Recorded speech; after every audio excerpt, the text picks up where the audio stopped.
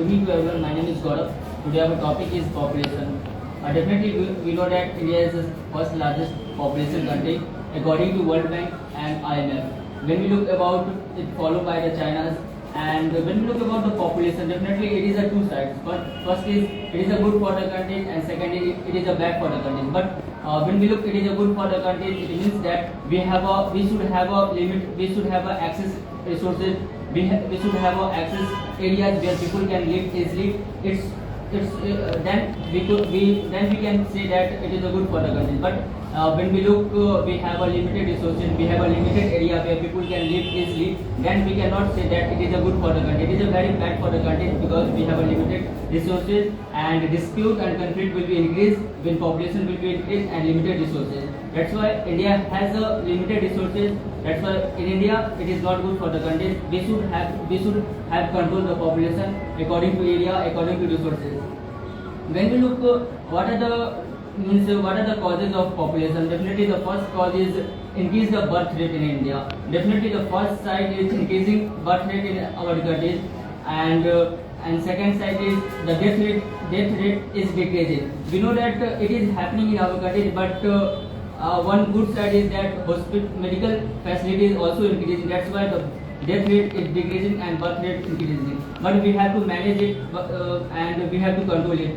And second reason is that migration. Definitely we know that there is a lack of opportunity in the rural areas, there is a lack of facilities, there is a lack of job availability in the rural areas. Most of the person is migrated from the rural area to urban areas. That's why the high density population is increasing in the urban areas. This is the cause of pollution also, because in the urban areas they have gotten the good opportunity, good environment, but the pollution is there are a lot of vehicles is running on the road. There are a lot of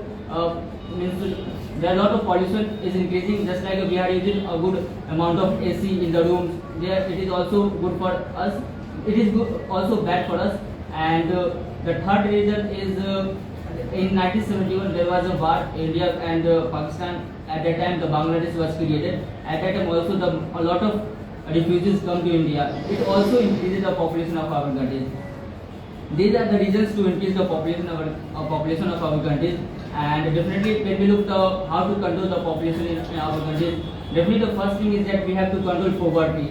Right now the poverty is also in our countries. We have eliminated extreme poverty, but there is a existence of poverty also in our countries, and we are also distributing some ration through PDS systems, public distribution systems, and it is also decreasing the poverty. But we have to give more.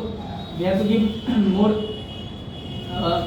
give more ration, more facilities to the rural areas, and where in some areas where people is lacking in the poverty. And second is that we should spread the we should spread the awareness about the control the population, because we know that we have a medical instrument to control the population, but in the rural areas, in the most part of the areas, people don't aware about it, and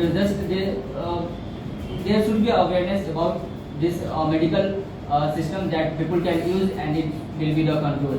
And when we look the third disadvantage of the population, definitely right now we need a lot of food, and we are just we have a limited food. That's why we are using more fertilizers in the land, and due to this the land is degrading day by day, and due to this also water pollution is also increasing. That's why we have a limited lands where we are growing good amount of crops, and we are also using more amount of fertilizers. That's why we have to control the population. Then we will use less amount of fertilizers, then we will take a healthy food items.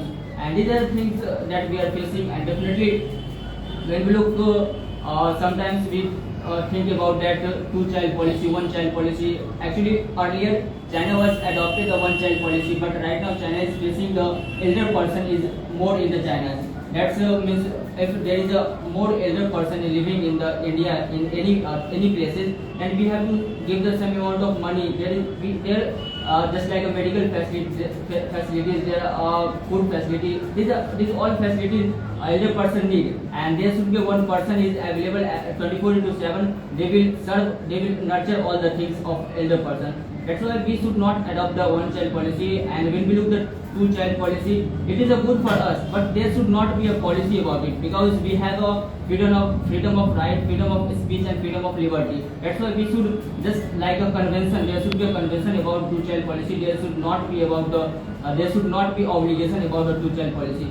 These are the things that we should take a step, and we should do to control the population. Definitely, we have a large population. Means India has a large population, that we will give the good marketing. We are giving good service to all the countries, and it is a good economic. It is a good for our economic system, and definitely we are facing some population crisis.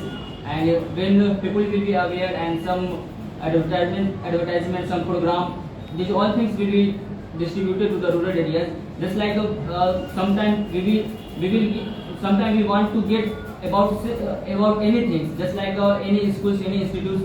Sometimes we want to get knowledge about that. The firstly, we read the prospectus of that institute, that school. In the same way, there should be a government will launch one prospectus, one magazine about how to control the population. These are the things government should do. Then people will be aware, and it will be the control one day. And when the limited resources, there will be a limited population, then we will live a easy life, and we will live a happy life. That's all. So what are the benefits of India becoming most populous country? Benefits? Definitely, when we look at India has a large amount of population. When we look at benefit, definitely we have a large amount of market, because India has, means what right now, just we have a good amount. We need good amount of mobile phone. We need good amount of network qualities. We need good amount of facilities where we can live. And right now we are just we want to live easily life. Just online shopping, online, just like we are using Zomato, order the food. These all things we are using, and the foreign companies invest in India, just like a FDI and FPI. It will be the increase, and it will give the good amount of tax to the government, and it will give a good amount of job also. With FDI and FPI will increase. That's why it is good for the country.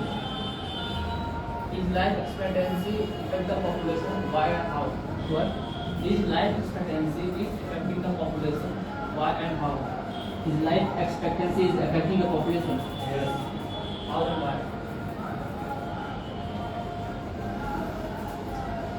Actually, I didn't understand your question.